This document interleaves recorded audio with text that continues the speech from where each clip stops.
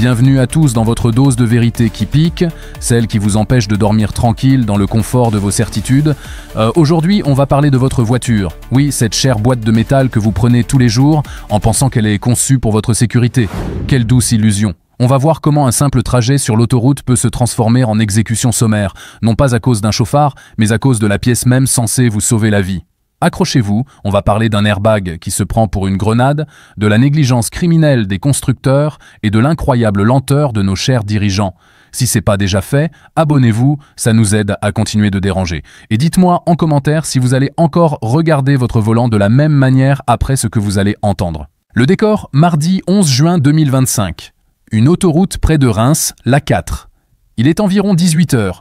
Une femme de 37 ans est au volant de sa Citroën C3 de 2014, une voiture banale, comme des millions d'autres. À côté d'elle, une adolescente.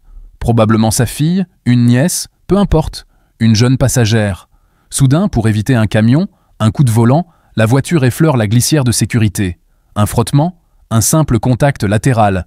Le genre d'incident qui vous fait soupirer, pester contre l'assurance et le carrossier. Rien de grave, en théorie. Sauf que là, la théorie, elle va voler en éclats, littéralement. Car à cet instant précis, l'airbag conducteur se déploie. Pas pour amortir le choc, non. Il explose. Le générateur de gaz, un petit module de la marque Takata, se déchire et projette des éclats de métal à la vitesse d'une balle, droit dans le visage de la conductrice. Le SAMU, arrivé quelques minutes plus tard, ne peut que constater le décès. L'expertise médico-légale est formelle. Les blessures sont typiques des ruptures d'airbag Takata. Une mort absurde, violente et surtout totalement évitable. L'adolescente, elle, est blessée au visage et au bras, traumatisée à vie, pour un simple frottement sur une autoroute. Alors, c'est quoi cette saloperie d'airbag? C'est un modèle Takata, référence PSP-10. Retenez bien ce nom, c'est le nom de l'assassin. Sa particularité? Il utilise du nitrate d'ammonium pour générer le gaz qui gonfle le coussin. Le nitrate d'ammonium, pour ceux qui ne sont pas chimistes, c'est ce qu'on trouve dans certains engrais, mais aussi dans des explosifs. Le problème, c'est que ce produit, quand il est exposé à la chaleur et à l'humidité, il devient instable, il se dégrade. Et au lieu de produire une combustion rapide pour gonfler un sac, il provoque une détonation. Il transforme la cartouche métallique de l'airbag en une véritable grenade à fragmentation. Une idée de génie, n'est-ce pas, d'avoir mis ça dans des millions de voitures, surtout dans les pays chauds et humides. On a même le numéro de lot de la pièce qui a tué cette femme. DNDK 14C0312. Ça sonne technique et froid, mais c'est la signature d'une arme du crime. Une arme installée en usine. Le plus révoltant dans cette histoire, c'est que Citroën était au courant. Bien sûr qu'ils étaient au courant. Cette Citroën C3 faisait partie d'une campagne de rappel lancée en mai 2025, un mois avant le drame. Le constructeur a même envoyé une lettre recommandée le 20 mai. Une lettre. Mais attention, la lettre est revenue avec la mention NPAI. N'habite pas à l'adresse indiquée. Fin de l'histoire. Circuler, y a rien à voir. On a envoyé une lettre, on a fait notre job.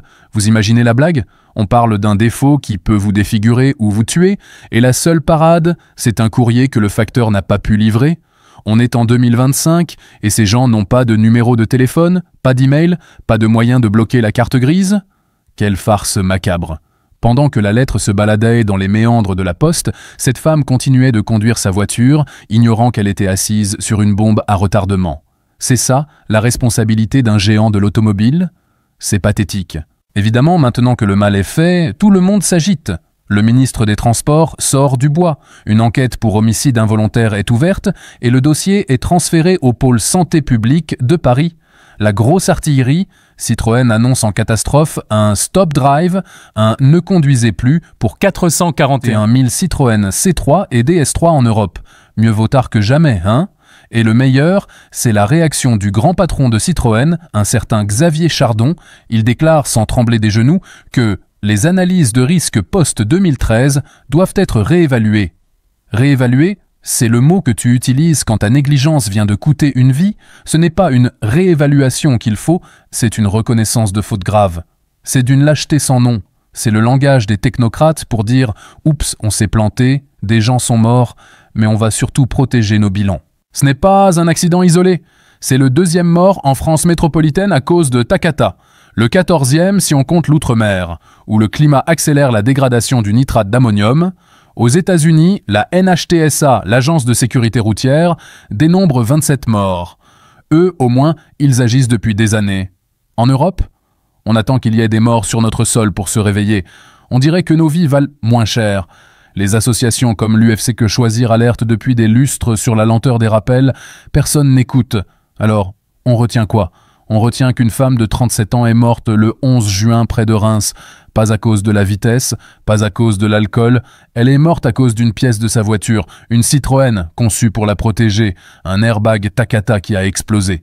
On retient que des centaines de milliers de voitures sont potentiellement des cercueils roulants et que la seule réponse pendant des mois a été une lettre recommandée. La prochaine fois que vous prendrez le volant, jetez un œil à votre tableau de bord. Et demandez-vous si ce petit logo airbag est une promesse de sécurité ou une menace. La question n'est plus de savoir si ça va arriver à nouveau, mais quand et à qui. Dites-moi en commentaire ce qui vous révolte le plus. Le fait qu'on mette un explosif instable dans une voiture ou le fait qu'une simple lettre non distribuée serve d'excuse pour un drame pareil. Si cette chronique vous a secoué, mettez un pouce bleu, abonnez-vous et activez la cloche pour ne rien rater des prochaines. On se retrouve très vite, portez-vous bien et n'oubliez jamais, tout ce qu'on vous raconte n'engage que vous.